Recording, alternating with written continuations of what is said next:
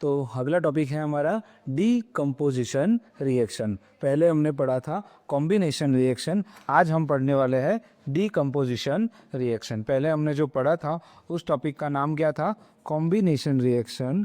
और कॉम्बिनेशन के अंदर क्या होता है, कॉम्बिनेशन रिएक्शन के अंदर कंबाइन होगा, कोई भी दो चीज़ जो है वो कंबाइन हो जाती है तो उसको बोला जाता है कॉम्बिनेशन रिएक्शन। वहीं पर अगर कोई चीज़ उसका उल्टा हो जाए, कॉम्बिनेशन का रिवर्स हो जाए, राइट। कॉम्बिनेशन में क्या हो रहा था, दो चीज़ें इकट्ठा हो रही थी और एक चीज़ बन रही थी। यहाँ पर क्या होगा, एक चीज़ जो है वो डिस्ट्रॉय होके दो अलग अलग चीज़ों में डिवाइड हो जाएगी। तो उसके नाम पर देखें हम कि डीकम्पोज्ड होना, डीकम्पोज्ड होने का मतलब ये होता है कि एक जो रिएक्टेंट है वो एक से ज़्यादा प्रोडक्ट में डीकम्पोज हो रहा है, मतलब कि डिस्ट्रॉय हो रहा है। सो सिंगल कंपाउंड जो है वो ब्रेक डाउन हो जाता है कि इसमें टू और मोर सब्सटेंसेस के अंदर वो डिवाइड हो जाता है। इसी चीज़ को हम बोलते हैं डीकम्पोज्ड होना या डीकम्पोजिशन रिएक्शन। इसके तीन टाइप है, थर्मल डीकम्पोजिशन, इलेक्ट्रोलिटिक डीकम्पोजिशन और लास्ट वाला है फोटो डीकम्पोजिशन, राइट। तो ये हर किसी के एग्जाम्पल्स आपको टेक्स्ट बुक में गिवन है और हाँ मैं भी आपको यहाँ पर समझाऊंगा। थर्मल, अब ये टाइप कैसे पढ़े कि उसको डिस्ट्रॉय करने के लिए क्या चाहिए। जैसे कि अगर मुझे कोई चीज़ को डिस्ट्रॉय करना है, इसको अगर तोड़ना है तो मुझे कोई एनर्जी लगानी पड़ेगी, राइट। मुझे उसके ऊपर कोई फोर्स देना पड़ेगा, उसके ऊपर कुछ करना पड़ेगा। तो अगर उसको हीट दे रहा हूँ, जैसे यहाँ पर गिवन है ना कि कोई कंपाउंड को मैं हीट दूँ, गर्म करूँ और वो डिस्ट्रॉय हो जाए, तो उसको हम बोलेंगे थर्मल डीकम्पोजिशन। अगर कोई कंपाउंड के अंदर अगर हम इलेक्ट्रिसिटी पास करें और अगर वो डिकम्पोज हो जाए तो इलेक्ट्रोकेमिकल इलेक्ट्रोलिटिक। और फिर अगर सनलाइट की वजह से डिकम्पोज हो जाए तो फोटोकेमिकल्स। यहाँ पर नीचे आपको सनलाइट वाला एग्जाम्पल गिवन है, ठीक है। मैं इसको समझाता हूँ थोड़ी देर में। चलिए आगे बढ़ते हैं। यहाँ पर हमें एक डीकम्पोजिशन जो मैंने आपको पहले समझाया था वैसा ही है, बराबर। सिंगल रिएक्टेंट डेफिनेशन है, सिंगल रिएक्टेंट ब्रेकडाउन होके डीकम्पोज हो रहा है। अब आपको जो जानना है वो ये है कि थर्मल डीकम्पोजिशन और इलेक्ट्रोलिटिक डीकम्पोजिशंस के बारे में जानना है, राइट। तो पहले हम समझते हैं किसके बारे में, डीकम्पोज रिएक्शन के अंदर, थर्मल डीकम्पोजिशन के अंदर, थर्मल डीकम्पोजिशन रिएक्शन। ये थर्मल डीकम्पोजिशन क्या होगा, जैसे मैंने बताया कि उस कंपाउंड को डिस्ट्रॉय करने के लिए या तोड़ने के लिए मुझे किस चीज़ की ज़रूरत पड़ेगी, हीट की ज़रूरत पड़ेगी, तो उसको मैं बोलूँगा थर्मल डीकम्पोजिशन रिएक्शन। इसके एग्जाम्पल में क्या होगा, आयरन सल्फेट जो है उसको हम जैसे ही हीट करते हैं, गर्म करते हैं, तो वो कन्वर्ट हो जाता है Fe2O3, मतलब कि आयरन ऑक्साइड्स के अंदर, और सल्फ़र डाइऑक्साइड और सल्फ़र ट्राइऑक्साइड गैसेस को रिमूव करता है, ठीक है। तो ये आपका थर्मल डीकम्पोजिशन रिएक्शन के बारे में बात लिखी हुई है। वैसे ही दूसरा रिएक्शन जो है वो है किस चीज़ के बारे में, तो कि सर वो है इलेक्ट्रोलिटिक डीकम्पोजिशन। कौन सा, इलेक्ट्रोलिटिक डीकम्पोजिशन। इलेक्ट्रोलिटिक डीकम्पोजिशन के बारे में क्या होगा कि आपको इलेक्ट्रिसिटी पास करनी पड़ेगी तब जाके वो डीकम्पोज होगा। तो इसके लिए हमारा एकदम बेस्ट एग्जांपल है वाटर। वाटर के अंदर जैसे ही हम इलेक्ट्रिसिटी पास करते हैं वैसे ही वो हाइड्रोजन गैस के अंदर और ऑक्सीजन गैस के अंदर कन्वर्ट हो जाएगा, और यहाँ पर 2H2O, ठीक है। तो ये हमारा इलेक्ट्रोलिटिक डीकम्पोजिशन के लिए एग्जाम्पल है और ये आपका थर्मल डीकम्पोजिशन का एग्जाम्पल है, ठीक है। दोनों के एक एक एग्जाम्पल्स जो है वो आपको याद रखने हैं। ट्राई करिए टेक्स्ट बुक के एग्जाम्पल्स को अच्छी तरह से याद रखना, ठीक है। चलिए, ये डीकम्पोजिशन रिएक्शन की डेफिनेशन हो गई। इसमें थर्मल का एग्जाम्पल यहाँ पर है, इलेक्ट्रोलिटिक डीकम्पोजिशन का एग्जाम्पल भी गिवन है। अब एक तीसरा डीकम्पोजिशन रिएक्शन आता है जिसको हम बोलते हैं photo decomposition reaction. Photo decomposition में क्या होगा, फोटो डीकम्पोजिशन के अंदर जो हीटिंग है, जो जैसे इसमें हीटिंग से था, इसमें इलेक्ट्रिसिटी से था, वैसे ही इस वाले में आपका डिकम्पोजिशन होगा किससे, सनलाइट की वजह से। सनलाइट की वजह से अगर वो डिकम्पोज हो रहा है तो उसको बोलेंगे हम फोटो डिकम्पोज्ड रिएक्शन। जैसे कि सिल्वर क्लोराइड जो है वो कौन से कलर का होता है, वाइट कलर का। First, second and third chapters में बहुत सारे कलर्स के नाम है कि ये चीज़ इस कलर की है, ये चीज़ का इस कलर है। ये सारी चीज़ें आप एक शॉर्ट नोट बना के, एक शॉर्ट में एक टेबल बना के या ऐसा करके याद रख लेना। बोर्ड के एग्जाम में कभी कभी ऐसे कलर्स के ऊपर भी क्वेश्चंस आते हैं कि पर्टिकुलर आयरन सल्फेट कौन से कलर का है, कॉपर सल्फेट का कौन सा कलर होता है, बराबर सिल्वर क्लोराइड का कौन सा कलर होता है, ये डिकम्पोज होकर जो चीज़ बनती है उसका कलर क्या है, उस तरह से। ठीक है, तो सिल्वर क्लोराइड का जो कंपाउंड है वो रिएक्शन हो जाएगी क्या, AgCl। जैसे ही हम इसको सनलाइट देंगे वैसे ही ये किस में टर्न हो जाएगा, ग्रे कलर में कन्वर्ट हो जाएगा। अब ये ग्रे कलर किस चीज़ का है, तो कि सिल्वर का है, और क्लोरीन जो है वो एज अ गैस रिलीज हो जाएगा। ठीक है, चलिए, तो सिल्वर क्लोराइड जो है वो ग्रे कलर का हो जाता है सनलाइट के प्रेजेंस में। क्यों ऐसा होता है, क्योंकि वो डीकम्पोज हो जाता है किस चीज़ के अंदर, सिल्वर के अंदर और क्लोरीन गैस के अंदर। क्लियर हो गई बात। तो डीकम्पोजिशन रिएक्शन के 3 टाइप है। ये पहला टाइप हो गया आपका, ये जो है वो फर्स्ट टाइप हो गया, ये जो है वो आपका सेकंड टाइप हो गया, और यहाँ पर जो है वो आपका थर्ड टाइप हो गया, जो कि किसके बारे में है, फोटो डिकम्पोज्ड रिएक्शन के बारे में। क्लियर हो गई बात। डिकम्पोजिशन रिएक्शन का कॉन्सेप्ट उतरा मगज में कि क्या है, कॉम्बिनेशन पढ़ा जिसमें केमिकल्स कंबाइन होके एक सिंगल प्रोडक्ट बनेगा। दूसरा देखा डिकम्पोजिशन रिएक्शन, जिसमें डिकम्पोज होके मल्टीपल प्रोडक्ट बनेंगे। ठीक है, रिएक्टेंट क्या था, प्रोडक्ट क्या था, रिएक्टेंट एरो के लेफ्ट वाला साइड जो उसको हम क्या बोलेंगे, रिएक्टेंट, और राइट साइड वाले को क्या बोलेंगे हम, प्रोडक्ट बोलेंगे। ठीक है, या फिर एरो हेड की तरफ जो है उसको क्या बोलेंगे हम, प्रोडक्ट। क्लियर हो गई बात। डिकम्पोजिशन रिएक्शन दिमाग में उतर गया आपका, ये ज़रा नोट डाउन कर लीजिएगा, उसकी डेफिनेशन और इसके 2-3 इसके एग्जांपल्स टेक्स्ट बुक में गिवन है, लेकिन आप प्रॉपर नोट्स बना के रखिए। ठीक है, चलिए लिख लीजिए इतना। ओके, लास्ट वाला पॉइंट कि ये जो रिएक्शन है, कौन सी रिएक्शन, ये वाली जो रिएक्शन हम इसकी बात कर रहे हैं, ये जो रिएक्शन है वो आपकी यूज़ होती है कहाँ पर, ब्लैक एंड वाइट फोटोग्राफी में। कहाँ पर यूज़ होती है, ब्लैक एंड वाइट फोटोग्राफी में। फोटोग्राफिक फिल्म को क्लीन करने के लिए और उस पर्पज़ से ये चीज़ जो है वो यूज़ की जाती है। ठीक है, चलिए, आई होप ये पूरी की पूरी चीज़ अब आपको कंप्लीट होगी। डन, 2 रिएक्शन हमने यहाँ पर कंप्लीट करी है। चलिए आगे बढ़ते हैं थर्ड रिएक्शन के तरफ।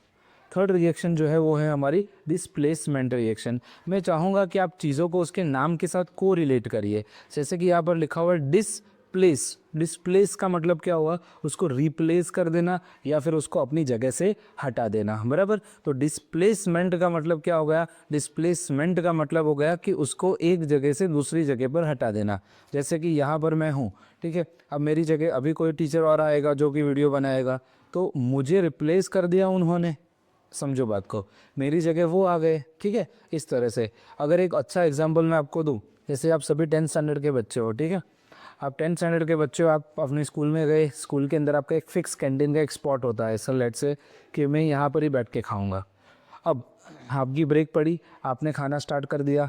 अब वहीं पर एक 6th स्टैंडर्ड का बच्चा आता है, वो आपको बोलता है भैया ये मेरी जगह है, मैं बैठूंगा खाने, आप हटो हटो।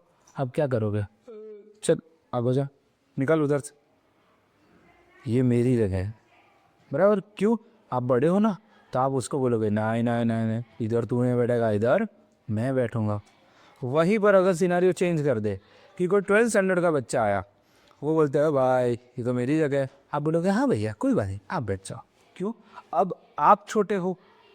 अगर आ रही है बात समझ में, तो आपका डिस्प्लेसमेंट, आप अपनी कैंटीन के एक स्पॉट पर बैठे थे, अगर कोई छोटा लड़का आया तो क्या वो आपको रिप्लेस कर पाएगा, नहीं। लेकिन अगर आपसे कोई बड़ा आया, तो अगर कोई टीचर आ गया तो वो बोले कि नहीं भाई ये तो मेरी जगह है, तो आप उनसे आर्ग्यूमेंट करोगे, नहीं सर ओके आप बैठ जाइए।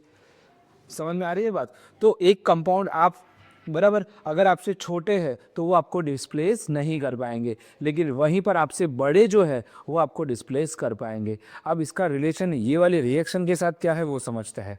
फिलहाल पहले डिस्प्लेसमेंट रिएक्शन का कॉन्सेप्ट क्या था, वही है कि एक मोर रिएक्टिव एलिमेंट, क्या, मोर रिएक्टिव एलिमेंट मतलब आपसे जो थोड़ा बड़ा है, मोर रिएक्टिव एलिमेंट डिस्प्लेस कर देता है किसको, अपने से छोटे वाले को, to the less reactive element. आगे बात समझ में, वो कैंटीन वाला एग्जांपल से समझ में आ गया होगा। यहाँ पर उसका देखो, ये आप थे, बराबर, ये रहे सॉरी, यहाँ पर आप बैठे हो अपने दोस्त के साथ।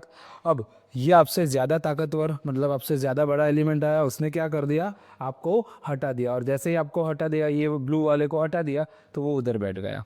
समझ में आ गई बात? क्या हुआ कि जो मोर रिएक्टिव एलिमेंट था उसने लेस रिएक्टिव को हटा दिया या फिर उसको डिस्प्लेस कर दिया। जैसे कि यहाँ पर भी आपको दिखेगा कि जैसे कि ये कंपाउंड है जहाँ पर कॉपर अपने दोस्त के साथ, मतलब आप जो है वो अपने दोस्त के साथ बैठे थे। अब जैसे ही आपसे ज़्यादा रिएक्टिव, मतलब कि जो स्ट्रांग बंदा है, जो आपसे ज़्यादा रिएक्टिव है, यहाँ पर हम केमिस्ट्री की लैंग्वेज में क्या बोलेंगे, मोर रिएक्टिव एलिमेंट, राइट। तो ये मोर रिएक्टिव एलिमेंट जैसे ही यहाँ पर आएगा तो इसको हटा देगा, और जैसे ही उसको हटा देगा ये बैठ जाएगा उसकी जगह पर, ZnSO4 बन जाएगा, और लास्ट में आप थोड़े अकेले चले जाओगे, भाई चलो अब हम निकले, बराबर। यहाँ पर भी सेम कॉन्सेप्ट समझाया हुआ है एक जनरल रिएक्शन के साथ। ये दो एग्जाम्पल है आपके। आयरन नेल के अंदर अगर हम कॉपर सल्फेट रखें तो ये कॉपर, अब आप यहाँ पर से ये भी देख सकते हो कि इसका क्या बोलते हैं, ये एक एक्टिविटी भी है आपके बुक के अंदर कि अगर हम कॉपर सल्फेट के अंदर आयरन नेल को रखते हैं तो क्या होता है। तो जनरली कॉपर सल्फेट जो है वो कौन से कलर का होता है, ब्लू कलर का होता है। थोड़ी देर के बाद वो ब्लू कलर जो है वो ग्रीन कलर में कन्वर्ट हो जाएगा। रीज़न, क्योंकि इसके अंदर जो कॉपर सल्फेट, जो कॉपर था वो निकल गया है कहाँ से, आयरन की वजह से, बराबर। क्यों? क्योंकि आयरन जो है वो मोर रिएक्टिव एलिमेंट है, ज़्यादा रिएक्टिव एलिमेंट है इसीलिए, और यहाँ पर वो सॉल्यूशन को ग्रीन बना देता है। तो यहाँ पर आपको दो कलर, तीन कलर आज मैंने ये लेक्चर में बताए। एक कॉपर सल्फेट जो कि ब्लू कलर का होगा, आयरन सल्फेट जो कि ग्रीन कलर का होगा, और एक तीसरा हमने कलर पहली स्लाइड में देखा था, सिल्वर क्लोराइड, जो कि वाइट कलर का होगा लेकिन वो कन्वर्ट हो जाएगा किस में, ग्रे कलर में, ठीक है। तो साथ साथ में ये कलर के कोडिंग्स भी आप थोड़े दिमाग में रखते जाना। बाकी ये सारी चीज़ें आपको समझ में आ गई। डिस्प्लेसमेंट क्या है वो देखा आपने कि आपसे जो बड़ा है एलिमेंट, मतलब कि साइज़ में नहीं, रिएक्टिविटी में। रिएक्टिविटी क्या है अभी समझाता हूँ आपको। इन शॉर्ट आप समझो कि जो आपसे ज़्यादा रिएक्टिव एलिमेंट है वो आपको हटा सकता है, सिंपल, डन। तो इसको आप कैसे देखोगे समझते हैं, चलो आगे वाली स्लाइड में देखो। ये जो है वो आपकी रिएक्टिविटी सीरीज़ है। उस रिएक्टिविटी सीरीज़ में तो सबसे ऊपर है वो आपका क्या हो जाएगा, जो सबसे ऊपर है वो है आपका मोस्ट रिएक्टिव एलिमेंट, और जो सबसे नीचे है वो क्या हो जाएगा, आपका सबसे लेस रिएक्टिव एलिमेंट। तो अभी हमने ये एग्जांपल देखा था CuSO4 और जिंक का, बराबर। तो CuSO4 कॉपर यहाँ पर है और जिंक ऊपर है, तो सीधा दिख रहा है कि कॉपर से वो ज़्यादा रिएक्ट है, कौन, जिंक जो है वो कॉपर से क्या हो रहा है, इसे जिंक जो है वो कॉपर से थोड़ा ज़्यादा रिएक्टिव है, क्लियर। और उसके पहले हमने देखा था कॉपर और आयरन की रिएक्शन, तो आयरन भी कॉपर से थोड़ा ज़्यादा रिएक्टिव है, इसलिए कॉपर जो है वो क्या हो जाता है, तो कि डिस्ट्रॉय हो जाता है। क्लियर हो गई बात। अब यहाँ पर रिएक्शन किसकी देखनी है, तो कि जो सामने अकेला आता है ना उसकी। आप तो ऑलरेडी बैठे थे, अब जो कंपाउंड में होगा, जैसे कि यहाँ पर एक रिएक्शन है, ये देखो आयरन वाली और एक दूसरी, तो यहाँ पर ये दोनों एक साथ जोड़ी में बैठे हैं, मतलब कि एक दूसरे की जोड़ी में बैठे हैं। तो जो जोड़ी है उसको तो वो तो शांति से बैठी है, आप तो बैठे हो ना, जो जोड़ी में है वो आएगा कौन, तो कि सामने से कोई एक अकेला बंदा आएगा, तो उसकी रिएक्टिविटी देखनी है कि क्या ये स्ट्रांग है। अब देखो लेड स्ट्रांग है, तो कि हाँ सर ये देखो लेड ऊपर है, मतलब कॉपर से ऊपर, तो वो जो भी है वो स्ट्रांग होगा। अब यहाँ पर समझना, सपोज कि आपको मैग्नीशियम की रिएक्टिविटी चेक करनी है, तो मैग्नीशियम से मोर रिएक्टिव कौन सा होंगे, जो मैग्नीशियम के ऊपर है वो सारे उससे रिएक्टिव, मतलब ये सारे। अगर मैं आयरन की रिएक्टिविटी चेक करूँ तो आयरन के ऊपर वाले सारे उससे ज़्यादा रिएक्टिव और उसके नीचे वाले सारे उससे कम रिएक्टिव। समझ में आ गई बात। तो जो भी एलिमेंट के बारे में आप समझते हो, जैसे कि यहाँ पर रिएक्शन थी कॉपर की, तो हमने कॉपर को इमेजिन किया, तो कॉपर के ऊपर जितने भी है वो सारे रिएक्टिव और कॉपर के नीचे जो है वो सारे नॉन रिएक्टिव। सिर्फ किसके लिए, कॉपर के लिए। अगर हम इसकी बात करें तो इसके ऊपर और नीचे देखो, मतलब जो भी एलिमेंट आप देख रहे हो कि जो भी आपका XYZ एलिमेंट है, अगर उसके ऊपर जो भी जाएगा, मैं यहाँ पर लिख ही दे रहा हूँ आपको प्रॉपर ताकि आपको समझ में आ जाए कि जो भी कोई X एलिमेंट है अगर उसके ऊपर जाओगे तो वो क्या होगा, रिएक्टिव, मोर रिएक्टिव एलिमेंट होगा। क्या होगा, मोर रिएक्टिव। और अगर उसके नीचे जाओ तो वो क्या हो जाएगा, उससे लेस रिएक्टिव हो जाएगा। क्लियर हो गई बात यहाँ पर आपको, डन। अब ये रिएक्टिविटी सीरीज जो है वो आपको इसी मैनर में याद रखनी है, इसी सीक्वेंस में याद रखनी है कि जो जहाँ पर है वैसे ही आपको याद रखना है। अब दिक्कत होगी कि बात करो साहब, इधर ऊपर से नीचे या नीचे से ऊपर हो जाए तो गड़बड़ नहीं हो जाएगी, हम कैसे ये याद रख पाएंगे। मैं बैठा हूँ, अब यहाँ पर देखो, अब दुविधा हो रही है हमें, तो उस दुविधा का निवारण करने के लिए हम एक देवी को बुलाते हैं। उनका नाम क्या है, उनका नाम है कैटरीना, बराबर। अब आएगी तो कुछ ना कुछ तो होगा। तो कैटरीना ने क्या किया, कैटरीना ने कार मांगी। कौन सी कार मांगी, अब जैसी वैसी तो है नहीं, तो उसने एक कार मांगी अल्टो, मेरे को एक अल्टो ला के दो। दूसरी कार मांगी कि भाई जैन ला के दो। तीसरी कार मांगी कि मेरे को फेरारी ला के दो। तो कैटरीना आई, तो कैटरीना ने क्या किया, तो कि सर कैटरीना ने कार मांगी, कौन सी, अल्टो, जैन और फरारी। पर कौन सी है आपके पास, तो कि सर पर है, कौन सी कार है आपके पास, तो कि सर मेरे पास है कॉपर की होंडा और सिल्वर ऑडी। देख लो एक बार, ये निमोनिक्स है, ये ट्रिक है आपको याद रखने के लिए। तो ये हो गई आपकी रिएक्टिविटी सीरीज, और ये रिएक्टिविटी सीरीज के साथ ये उसकी हो गई ट्रिक। ओ शिट, चली गई, कैटरीना भी चली गई, ट्रिक भी चली गई। और इसको वापस कैसे लाएंगे, नहीं ला सकते, तो हम वापस से लिख देंगे। तो मैं लिख रहा हूँ, आप शांति से उसको नोट डाउन कर लीजिए। रिएक्टिविटी सीरीज आपको नहीं दी गई होगी टेक्स्ट बुक में, आप साइड में लिख दीजिए। थर्ड चैप्टर में ये रिएक्टिविटी सीरीज है, लेकिन आपको यहाँ पर अभी लिखनी पड़ेगी। देखना पड़ेगा कि कौन सा एलिमेंट ज़्यादा रिएक्टिव है, कौन सा कम रिएक्टिव है, ठीक है। तो ये नोट डाउन कर लीजिए, और ये ट्रिक जो है वो भी लिख लीजिए। कौन सी, तो कि भाई हमारे कैटरीना वाली ट्रिक, ठीक है। चलो, तो ट्रिक का नाम क्या है, कैटरीना ने कार मांगी। कौन सी कार मांगी भाई, अल्टो, जैन और कौन सी है, फरारी। पर कौन सी कार है कॉपर की, होंडा, सिल्वर, ऑडी। क्लियर, देख लीजिए, ये डन। इतनी रिएक्शंस है और ये नेम है, आप ज़रा इसको प्रॉपर नोट डाउन कर लीजिएगा। थर्ड चैप्टर में ये रिएक्टिविटी सीरीज़ है, लेकिन आप फर्स्ट चैप्टर के बाजू में ये लिख दीजिएगा, ठीक है। चलिए, उसको मैं साइड में हट जाता हूँ, स्क्रीनशॉट ले लीजिए और इसको लिख देना बाद में, ठीक है। चलो आगे बढ़ते हैं। तो ये रिएक्टिविटी सीरीज से हमें पता चल जाएगा कि यहाँ पर कौन कौन से कंपाउंड ज़्यादा रिएक्टिव है, कौन से कम रिएक्टिव है, ठीक है।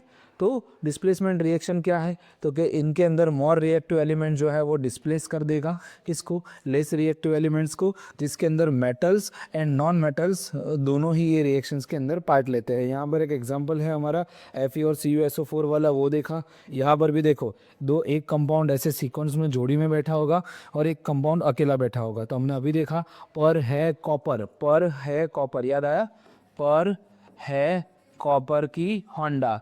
तो ये कॉपर से ऊपर है ना लेड, इसका मतलब क्या हो गया कि लेड जो है वो ज़्यादा रिएक्टिव है, तो ये कॉपर को डिस्प्लेस कर देगा और क्या बना देगा, लेड क्लोराइड, और यहाँ पर कॉपर अकेला हो जाएगा। समझ में आ गई।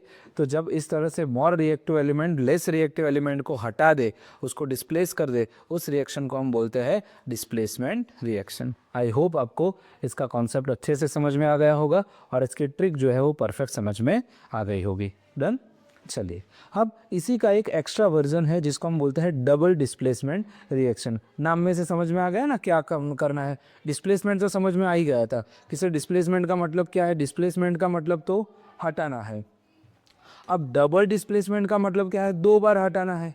कि एक बार मैं गया, मेरे बाद दूसरा भी आ गया, मतलब आपने पहले 600 वाला बच्चा बैठा था, उसको आपने भाई चलिए मेरी जगह उठ, आप उसकी जगह चले गए, फिर आपको बैठा दिया किसी और ने, भाई 12th वाला है, बोला चल तेरी जगह नहीं मेरी जगह है। तो इस तरह से 2 बार डिस्प्लेसमेंट हो गया। पहले 6th वाला बच्चा गया, फिर अब 10th वाला भी चला गया, मतलब 2 बार डिस्प्लेसमेंट हो गया, ठीक है। अब समझते हैं, ये कॉन्सेप्ट हमारा कैंटीन वाला आइडिया से समझ में आ रहा है ना। पहले सिंगल वाला समझ में आया, अब डबल वाला। अब उसको रिएक्शन में समझते हैं। उस वाले में क्या था, सिंगल वाले में, कि आपका एक एलिमेंट देखा गया था कि वो ज़्यादा रिएक्टिव है या कम रिएक्टिव है। अब ये दूसरा है, इसके अंदर हम क्या करेंगे, इसमें देखो ये दोनों एलिमेंट हो गए, ये दोनों ही अपनी अपनी जोड़ी में बैठे होंगे। आप भी अपने दोस्त के साथ बैठे हो, बगल वाला भी आपके अपने दोस्त के साथ बैठेगा, फिर वो करेगा कि नहीं भाई ये तो हमारी जगह थी, आप एक्सचेंज कर लो, जगह एक्सचेंज हो जाती है। इन शॉर्ट आयंस जो है यहाँ पर एक्सचेंज हो जाते हैं। जैसे कि यहाँ पर लिखा है, ये देखो, ये वाली रिएक्शन से आपको साफ समझ में आएगा। ए बी और सी डी साथ साथ में बैठे थे, हमने ए को हटा दिया बी से, बराबर। ए बी और सी यहाँ पर आ गया, ए बी और सी डी साथ में बैठे थे।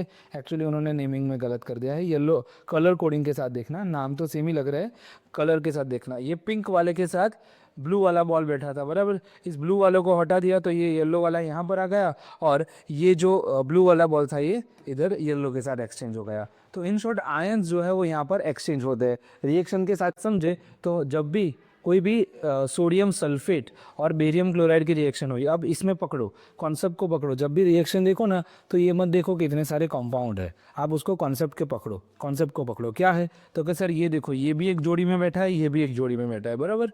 अब यहाँ पर भी ये जोड़ी है और ये जोड़ी है, तो हुआ क्या कि ये जो भाई साहब है सोडियम, वो हट जाएंगे यहाँ पर से, इसने देखो सल्फेट के साथ सोडियम हट गया, और ये जो बेरियम है वो यहाँ से उड़ता उड़ता इसके पास आ गया, और ये सोडियम उड़ता उड़ता यहाँ पर आ गया। देखो अब ये सोडियम किधर क्लोरीन के पास चला गया, और ये बेरियम जो है वो किधर चला गया, इधर सल्फेट के पास आ गया। आ गई बात समझ में। तो ये जो रिएक्शन है उसी को बोला जाता है क्या, डबल डिस्प्लेसमेंट रिएक्शन, जिसके अंदर क्या होगा कि आयंस जो है उसका एक्सचेंज होता है। ठीक है, अब यहाँ पर एक एरो करके मैंने बताया हुआ है। तो ऐसे रिएक्शन की जहाँ पर दो सॉल्यूशन हो, जैसे कि ये भी एक सॉल्यूशन है और ये भी एक सॉल्यूशन है, जब ये दोनों सॉल्यूशन इकट्ठा हो जाए और आपको कोई इनसॉल्यूबल चीज़ मिल जाए, तो उस रिएक्शंस को बोला जाता है प्रेसिपिटेशन रिएक्शन। सर ये नया वर्ड लेके आए, आई थिंक मैंने स्टार्टिंग में आपको बताया था बहुत पहले कि ये जो चैप्टर स्टार्ट हुआ ना उसके पहले मैंने बोला था कि प्रेसिपिटेट क्या होता है, बराबर। तो प्रेसिपिटेट का मतलब क्या हुआ कि जब भी आप कोई रिएक्शन करो और उसके अंदर एक इनसॉल्युबल पार्ट अगर फॉर्म हो जाए, एक इनसॉल्युबल पार्ट बन जाए, तो उसको हम बोलते हैं प्रेसिपिटेशन रिएक्शन, सॉरी प्रेसिपिटेट्स बोलते हैं। प्रेसिपिटेट मतलब क्या कि कोई इनसॉल्युबल पार्ट, कि जो कोई सॉलिड पार्ट या कोई इनसॉल्युबल पार्ट जो है वो आ जाए तो उसको प्रेसिपिटेट बोलते हैं। और ये इनसॉल्युबल पार्ट को आप ऐसे एरो करके दिखाते हो कि भाई ये ऐसे करके रिएक्शन के अंदर बैठ जाता है, जो पाउडर की तरह वो है ना, वो रिएक्शन के अंदर बैठ जाता है। तो ऐसे रिएक्शन को बोला जाता है प्रेसिपिटेट सन रिएक्शन, और ये डबल डिस्प्लेसमेंट का ही टाइप है। ठीक है, तो डबल डिस्प्लेसमेंट भी बोल सकते हो, प्रेसिपिटेशन भी बोल सकते हो। क्लियर, बताया था, प्रेसिपिटेशन समझ में आ गया आपको, डन। चलिए आगे बढ़ते हैं नेक्स्ट रिएक्शन की ओर। ओके, डबल डिस्प्लेसमेंट के बारे में फर्दर कि उस डबल डिस्प्लेसमेंट का एक दूसरा नाम है मेटाथिसिस, बराबर। और ये जो है वो ऐसी केमिकल रिएक्शन है जिसके अंदर एक पॉजिटिव आयन जिसको हम कैटायन बोलते हैं और नेगेटिव आयन जिसको हम एनायन बोलते हैं, और ये रिएक्टेंट जो है वो एक दूसरे से स्विच हो जाता है। ये रिएक्टेंट एक दूसरे से स्विच हो जाता है, और स्विच होने के बाद क्या होता है, नया कंपाउंड बनाता है। एक और रिएक्शन का एग्जांपल है कि Na2SO4 और बेरियम क्लोराइड का जब रिएक्शंस होती है तो यहाँ पर बेरियम सल्फेट, ये भी एक प्रेसिपिटेशन रिएक्शन का एग्जांपल है कि जहाँ पर Na2SO4 एक एक्वियस सॉल्यूशन, ये भी एक एक्वियस सॉल्यूशन, और वो सॉलिड पार्ट बना देता है। क्लियर, तो ये जो है वो भी एक हमारी डबल डिस्प्लेसमेंट रिएक्शन या फिर प्रेसिपिटेशन रिएक्शन का एग्जांपल हो गया। क्लियर, तो दोनों ही चीज़ें आपको समझ में आ गई होगी। चलिए आगे बढ़ते हैं नेक्स्ट रिएक्शन की ओर, जिसको बोला जाता है रेडॉक्स रिएक्शन। रेडॉक्स क्यों, क्योंकि अब ये रिएक्शन क्या है तो कि सर ऑक्सीडेशन रिएक्शन और रिडक्शन रिएक्शन। तो रिडक्शन और ऑक्सीडेशन मिक्स मतलब रेड ऑक्स रिएक्शन, क्या बोला जाएगा उसको, रेड ऑक्स रिएक्शन। ठीक है,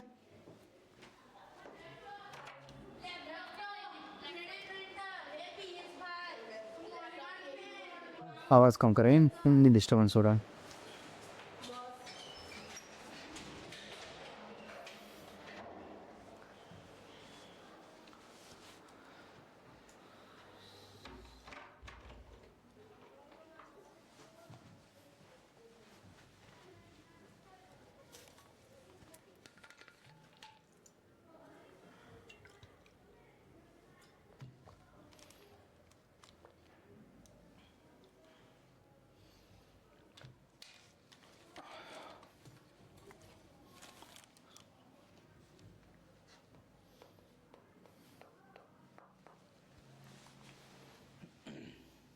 ओके, तो हम अब जो रिएक्शन पढ़ेंगे वो कौन सी होगी, रेड ऑक्स रिएक्शन, मतलब रिडक्शन और ऑक्सीडेशन दोनों रिएक्शन। ठीक है, तो अब ये दोनों जब कंबाइन होता है तो उनको बोला जाता है रेडॉक्स रिएक्शन, या फिर इन जनरल उसको सिंगल सिंगल अगर हम बात करें तो उसको ऑक्सीडेशन और रिडक्शन रिएक्शन बोला जाएगा। ठीक है, जैसे कि यहाँ पर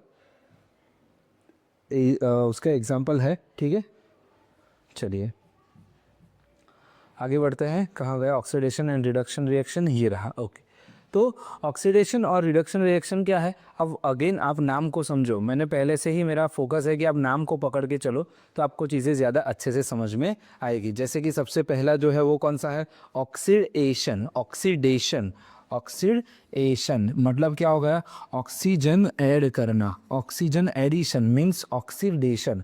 आप वो वर्ड को थोड़ा कंबाइन करो तो वो क्या हो जाएगा, ऑक्सीजन ऐड होना, मतलब ऑक्सीजन एडिशन मीन्स ऑक्सीडेशन। क्या हो जाएगा, ऑक्सीजन एडिशन मतलब कि ऑक्सीजन का गेन होना या तो फिर ऑक्सीजन को ऐड करना, इन शॉर्ट, बराबर, कि ऑक्सीजन को ऐड करने का मतलब क्या हो गया, ऑक्सीडेशन। अब जब आप एक चीज़ को ऐड कर रहे हो तो बाकी सारी चीज़ों को रिमूव करो। जैसे कि ऑक्सीजन को ऐड किया तो आप हाइड्रोजन को क्या करो, तो किसे रिमूव करो, और दूसरा एक है इलेक्ट्रॉन रिमूव करो, बस। अब ये इलेक्ट्रॉन वाला जो कंसेप्ट है वो तो आपको फर्दर स्टैंडर्ड्स में आएगा, एक रिएक्शन थर्ड चैप्टर में है, उस वक्त मैं आपको ये कॉन्सेप्ट डिस्कस करके समझाऊंगा, ठीक है। फिलहाल आप इतना याद रखो कि ऑक्सीडेशन का मतलब होता है ऑक्सीजन को ऐड करना और हाइड्रोजन को रिमूव करना, ठीक है। अब अगेन कोई भी चीज़ को रट्टा नहीं मारना है, सिर्फ समझना है कि ऑक्सीजन को हमने ऐड किया हुआ है, क्या करना है, ऑक्सीजन एडिशन मीन्स ऑक्सीडेशन। थोड़े नाम के साथ अपने आप को कोरिलेट करना, ऑक्सीजन एडिशन, डन, ओके। तो ऑक्सीजन एडिशन मतलब गेन ऑफ ऑक्सीजन, और दूसरा क्या होगा, लॉस ऑफ इलेक्ट्रॉन और लॉस ऑफ हाइड्रोजन, ठीक है।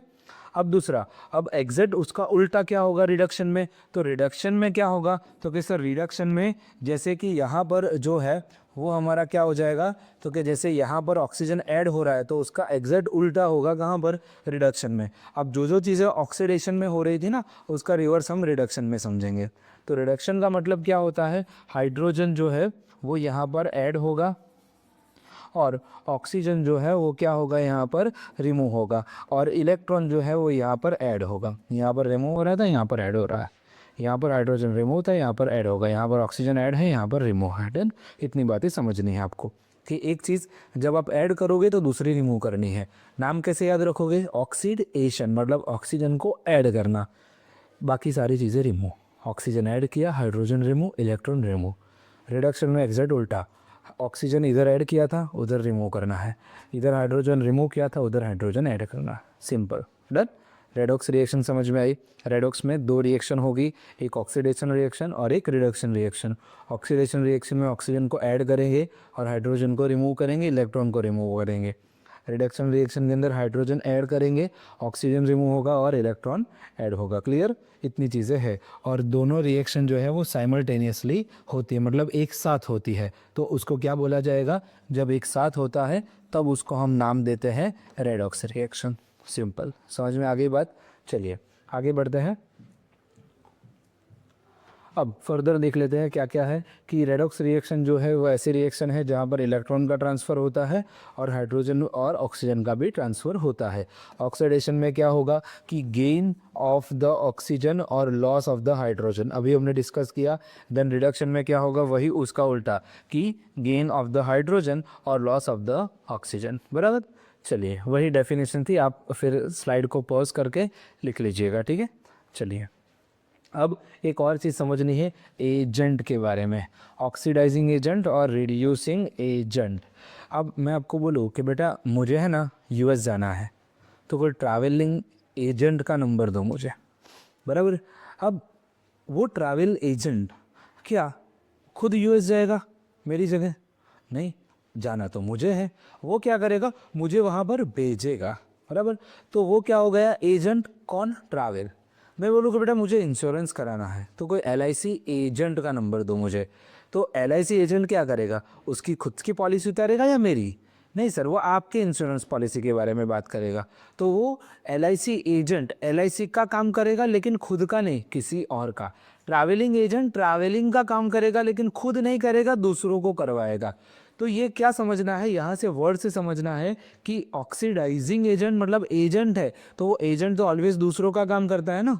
तो एजेंट किस चीज़ का, ऑक्सीडेशन करने का, मतलब कि ऑक्सीडेशन होगा, ऑक्सीडेशन यहाँ पर होगा लेकिन किसका, अदर स्पीसीज का। समझो क्या है कि it is the substance, oxidising agent क्या है, एक ऐसा सब्सटेंस है जो कि ऑक्सीजन देता है और हाइड्रोजन एक्सेप्ट करता है, गेन करता है, और it is the substance which is reduced itself and oxidised other. ये वर्ड मार्क करना है आपको,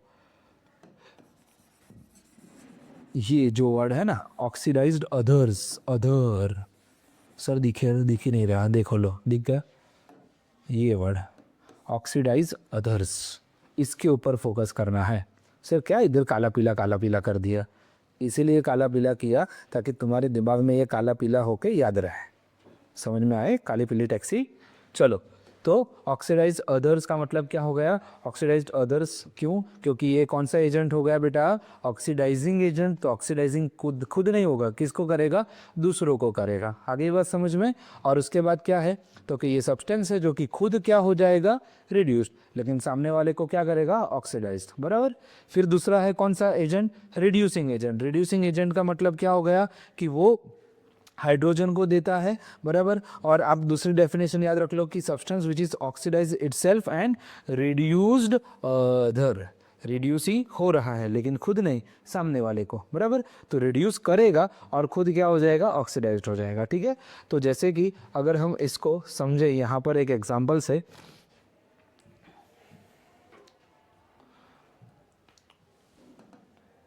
एक रिएक्शन आपके टेक्स्ट बुक में गिवन है, कौन सी वाली, ये वाली, कि कॉपर ऑक्साइड जो है,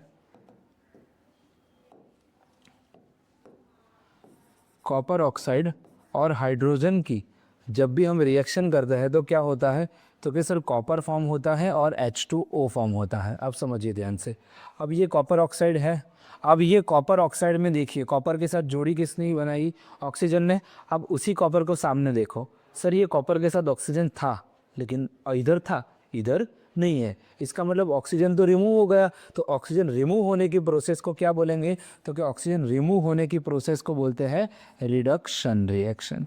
समझ में आई बात, रिडक्शन रिएक्शन समझ में आई। अब यहाँ पर H2 को देखो, इस H2 पहले अकेला था, अब उसके साथ ऑक्सीजन ऐड हो गया, तो ऑक्सीजन ऐड हो गया, इसका मतलब ये कौन सी रिएक्शन हो गई, ऑक्सीडेशन रिएक्शन, बराबर। और यहाँ पर रिडक्शन और ऑक्सीडेशन रिएक्शन दोनों साथ में हो गई, इसलिए हम इसको क्या बोलेंगे, रेडॉक्स रिएक्शन। आया समझ में अभी, अब क्लियर हो गया रिएक्शन से। अब एजेंट वाला कॉन्सेप्ट समझ लेते हैं। जैसे कि ये कॉपर ऑक्साइड ने क्या किया, हाइड्रोजन का ऑक्सीडेशन किया ना, तो ये कॉपर ऑक्साइड क्या हो गया, ऑक्सीडाइजिंग एजेंट हो गया। अभी हाइड्रोजन ने क्या किया, इसका रिडक्शन किया, हाइड्रोजन की वजह से ये रिड्यूस हो गया ना, कैसे कि इधर से जो ऑक्सीजन निकला था वो इसके साथ जुड़ गया, बराबर। तो ये क्या हो गया, हाइड्रोजन जो है वो क्या हो गया, इसका रिडक्शन कर रहा है, इसलिए ये हो गया आपका रिड्यूसिंग एजेंट। क्या हो गया, रिड्यूसिंग एजेंट। और ये सामने वाला क्या हो गया, इसको बोलेंगे ऑक्सीडाइजिंग एजेंट, क्योंकि वो दूसरे का ऑक्सीडेशन कर रहा है। तो इसका मतलब जो चीज़ सपोज कि जो ऑक्सीडेशन जिसका हो रहा है तो वो उसका उल्टा होगा, रिड्यूसिंग एजेंट होगा, और जिसका रिडक्शन हो रहा है तो वो उसका उल्टा होगा, मतलब कि ऑक्सीडाइजिंग एजेंट होगा। क्लियर हो गया। आई थिंक रेडॉक्स और ऑक्सीडेशन रिडक्शन क्या है वो पूरा दिमाग में बैठ गया आपके, क्रिस्टल क्लियर, डन, सारा दिमाग में उधर गया। ये रिएक्शन बाद में अभी लिख लेना, मैं यहाँ पर उसको ऐसे ही छोड़ रहा हूँ, राइट। तो टोटल अगर हम रिवाइज करें, टोटल 4 टाइप के रिएक्शन पहले हमने देखा, कॉम्बिनेशन, रिएक्शन कंबाइन हो गई, सिंगल प्रोडक्ट बनी, कॉम्बिनेशन, डिकम्पोजिशन, डिस्ट्रॉय हो गया, एक ही कंपाउंड था डिस्ट्रॉय हो गया, डिकम्पोजिशन रिएक्शन। फिर तीसरा, और डिकम्पोजिशन में 3 आता है, एक थर्मल, एक इलेक्ट्रिकल और एक फोटोकेमिकल। तीसरा कौन सा हो गया, तो कि सर तीसरा हो गया डिस्प्लेसमेंट रिएक्शन, डिस्प्लेस कर देगा, ज़्यादा रिएक्टिव कम रिएक्टिव को डिस्प्लेस कर देगा। जिसमें हमने ज़्यादा रिएक्टिव में मैंने आपको वो रिएक्टिविटी सीरीज़ की ट्रिक भी सिखाई, कैटरीना ने कार मांगी वाली, बराबर। तो उसको आप अच्छे से नोट डाउन कर लेना। डिस्प्लेसमेंट रिएक्शन के अंदर भी, रिएक्शन के अंदर 2 टाइप है, एक सिंगल डिस्प्लेसमेंट और एक डबल डिस्प्लेसमेंट। सिंगल डिस्प्लेसमेंट मतलब यही रिएक्टिविटी सीरीज़ वाला, और डबल डिस्प्लेसमेंट में क्या हो जाएगा, ये दूसरी जो प्रेसिपिटेशन वाला एग्जाम्पल बताया था वो, ठीक है। फिर चौथा टाइप हो गया रेडॉक्स रिएक्शन, जिसमें हमने देखा अभी ऑक्सीडेशन और रिडक्शन। ऑक्सीडेशन मतलब ऑक्सीजन को ऐड करना, और रिडक्शन का मतलब है ऑक्सीजन को रिमूव कर देना और हाइड्रोजन को ऐड कर देना। क्लियर, दोनों चीज़ें समझ में आ गई। लास्ट में हमने एजेंट के बारे में देखा कि जिसका ऑक्सीडेशन हो रहा है वो रिड्यूसिंग एजेंट, और जिसका रिडक्शन हो रहा है वो oxidising agent. Done, crystal clear, पूरी चीज़ें समझ में आ गई। अब इस चैप्टर में एक छोटा सा पार्ट बाकी है, कोरोजन और रेंसिडिटी। इसी के साथ हम इस चैप्टर को एंड करेंगे, ठीक है। ऑक्सीडेशन का मतलब क्या होता है, ऑक्सीडेशन का मतलब होता है आपका, क्या बोलते हैं, ऑक्सीडेशन का मतलब होता है ऑक्सीजन को ऐड करना और हाइड्रोजन को रिमूव करना, राइट। चलिए, और रिडक्शन का मतलब क्या होता है? रिडक्शन का मतलब होता है उसका उल्टा, हाइड्रोजन को ऐड करना और ऑक्सीजन को रिमूव करना। ठीक है, तो ये जो प्रोसेस है ऑक्सीडेशन वाली प्रोसेस, ऑक्सीजन ऐड करना, अगर वो आपको रियल लाइफ में किसी इंसिडेंट या किसी स्ट्रक्चर के ऊपर दिखाई दे तो उस फिनोमेना को हम बोलते हैं कोरोजन। जैसे कि यहाँ पर आपको दिख रहा होगा कि ये जो पिक्चर है वो आपने आए दिन देखी होगी ऐसी पिक्चर्स, तो ये एग्जाम्पल है कोरोजन के, कि जब भी आप देखो कि कोई भी मेटल जो है अगर वो डिस्ट्रॉय हो जाता है या डिस्ट्रक्ट हो जाता है तो उस मेथड को बोला जाता है कोरोजन। और ये होगा किस वजह से? एयर की वजह से और मॉइस्चर की वजह से। हमें पता है एयर में जो मेजॉरिटी जो है वो कौन से गैसेज होते हैं? ऑक्सीजन गैस एक थोड़ा रीडली अवेलेबल है, वैसे 78% नाइट्रोजन है, लेकिन ऑक्सीजन जो है वो इजीली अवेलेबल है, वो जल्दी से रिएक्ट कर जाता है मटेरियल के साथ। और मॉइस्चर के अंदर भी क्या होगा? H2O, मतलब कि अगेन ऑक्सीजन, यहाँ पर भी ऑक्सीजन। तो जैसे ही ऑक्सीजन ऐड होता जाता है तो मेटल आप देख रहे हो कि ये पाइप और यहाँ पर जो स्ट्रक्चर है वो पूरा डिस्ट्रॉय हो चुका है। तो ये डिस्ट्रप्ट या डिस्ट्रॉय होने के पीछे का रीज़न क्या था? उसके पीछे का रीज़न था कोरोजन। क्लियर हो गई बात यहाँ पर? आओ समझ लेते हैं, ये उसकी एग्जांपल्स और उसके प्रिवेंशन के ऊपर है, मैं समझाता हूँ उसको। पहले ये समझ लेते हैं कोरोजन क्या होता है। तो कि कोरोजन ऐसी प्रोसेस है, किस प्रोसेस है? तो कि मेटल जो है उसको कन्वर्ट कर देना किस में? अनडिजायरेबल कंपाउंड्स के अंदर। और ये रिएक्शन किस किस वजह से होती है? ऑक्सीजन की वजह से भी हो सकती है, वाटर की वजह से भी हो सकती है, एसिड या गैसेस की वजह से भी ये रिएक्शंस हो सकती है। तो ऐसी जो प्रोसेस की जिससे मेटल अनडिजायरेबल प्रोडक्ट में कन्वर्ट हो जाए, राइट, उस प्रोसेस को बोला जाता है कोरोजन। क्लियर हो गई बात यहाँ पर? अब इस कोरोजन का एक एग्जाम्पल है, जनरली बच्चे हैं ना इसको मिक्स कर देते हैं, सर कोरोजन मतलब वही ना आयरन के अंदर हो जाता है। हाँ बात तो सही है, लेकिन आप उसको है ना कोरोजन को रस्टिंग समझ लेते हो। हाँ सर, वो लोहा बिगड़ जाता है, उसमें जंग लग जाता है ना, उसको कोरोजन बोलते हैं। बेटा बात सही बोल रहे हो आप, लेकिन वो जो है ना वो कोरोजन का एग्जाम्पल है। क्या है? एग्जाम्पल है, और उसका नाम है क्या? रस्टिंग। जनरली अगर हम पूछे बेटा वो लोहे में जंग लग जाता है तो क्या है, तो कि सर वो कोरोजन है। लेकिन कोरोजन है, वो प्रोसेस का नाम क्या है? वो पूरी ओवरऑल फिनोमेना तो कोरोजन हो गए, लेकिन वो जो पर्टिकुलरली आयरन जो है वो रस्ट हो रहा है, बराबर, मतलब कि वो रस्टिंग हो रहा है। तो आयरन का रस्टिंग मतलब आयरन जब ऑक्सीजन और मॉइस्चर के साथ मिक्सड हो जाए तो रेड कलर का सब्सटेंस बनाता है। उस रेड कलर के सब्सटेंस को ही क्या बोला जाता है?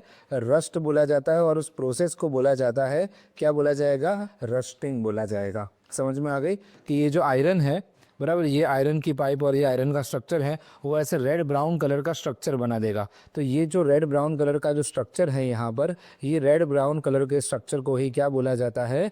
रस्ट बोला जाता है। ठीक है, तो कोरोजन में क्या हुआ? आयरन था, वो आयरन जो है वो वाटर और ऑक्सीजन की मदद से क्या कर लेगा? तो कि सर आयरन वाटर और ऑक्सीजन की मदद से एक ऐसा कंपाउंड बना देगा जिसको हम बोलते हैं आयरन ऑक्साइड डॉट XH2O, मतलब कि कुछ अमाउंट तक के वाटर्स होंगे।